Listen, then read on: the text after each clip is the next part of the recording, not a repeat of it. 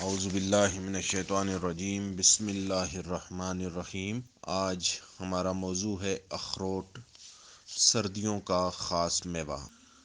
تعارف: عربی میں جوز، فارسی میں گردگان اور چہار مغز کہتے ہیں۔ ایک قسم کا خشک پھل میوہ ہے جس کا مغز بہت نرم ہوتا ہے مگر اس کا چھلکا بہت سخت ہوتا ہے۔ مغز اور چھلکا دونوں گول ہوتے ہیں۔ اس کی ایک قسم کاغذی اخروٹ ہوتی ہے جس کا چھلکا ہاتھ سے دبانے سے ٹوٹ جاتا ہے۔ اخروٹ دوائے غذائی ہے۔ مغز میں ایک قسم کو مزاری روغن ہوتا ہے جس میں بے حد تیزی ہوتی ہے، اس لیے جب کچھ زیادہ کھایا جائے تو منہ اور زبان اور گلے میں سوزش ہو جاتی ہے۔ رنگت و ذائقہ: چھلکا خام حالت میں سبز اور پختہ ہونے پر خاکی ہو جاتا ہے۔ مغز سفید خاکی مائل ہو جاتا ہے۔ مغز چرب، خشک مگر بہت لذیذ ہوتا ہے۔ مزاج: گرم دوسرے درجے میں اور خشک پہلے درجے میں۔ بعض ان کے روغن کی وجہ سے گرم تر بھی لکھتے ہیں۔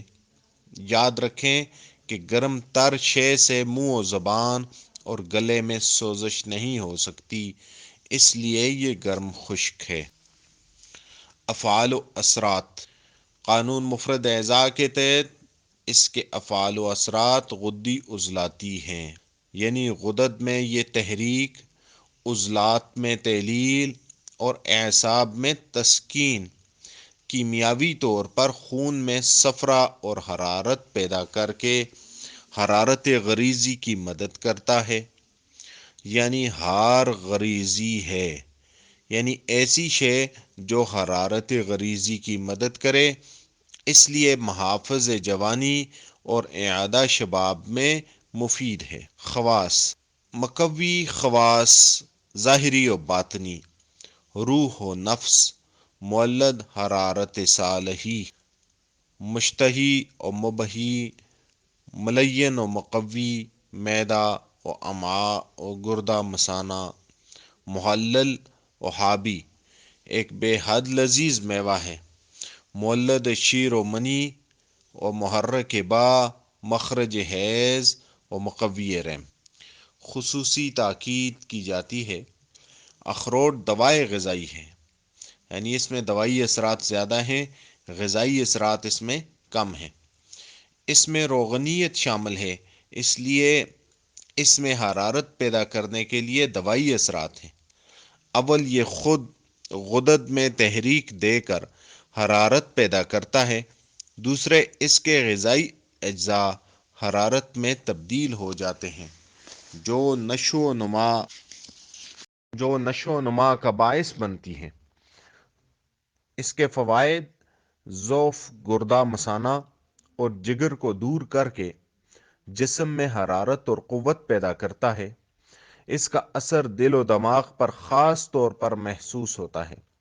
بعض حکماء ادویہ اغذیہ کو جسم میں مشابہت کی وجہ سے ان کے بالخاصہ افعال و اثرات کو انہی کی مناسبت سے بیان کرتے ہیں۔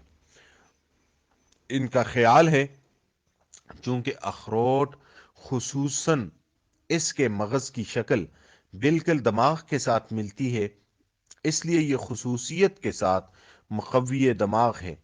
یہ حقیقت ہے کہ غدی تحریک کی وجہ سے اور حار غریزی ہونے کی وجہ سے دماغ کے غدی پردے غشائے مخاطی میں تحریک دینے سے دماغ اور اعصاب کے لیے بے حد مقوی بن جاتی ہے۔ اس لیے معدہ و امعاء میں مشتہی اور ملین اثر کرتا ہے۔ گردوں کو تقویت دینے کی وجہ سے ضعف با کے لیے خاص شے ہے، اس لیے اس کا مولد منی ہونا بھی تقویت باہ کے لیے مفید ہے، اور اپنے انہی اثرات کی وجہ سے عورتوں کے لیے بھی اخروٹ خاص شے ہے۔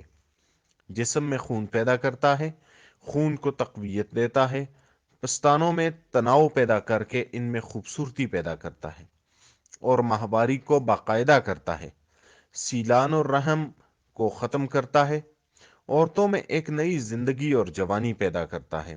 خاص بات یہ ہے کہ عورت کے رحم میں تنگی اور تقویت پیدا کرتا ہے۔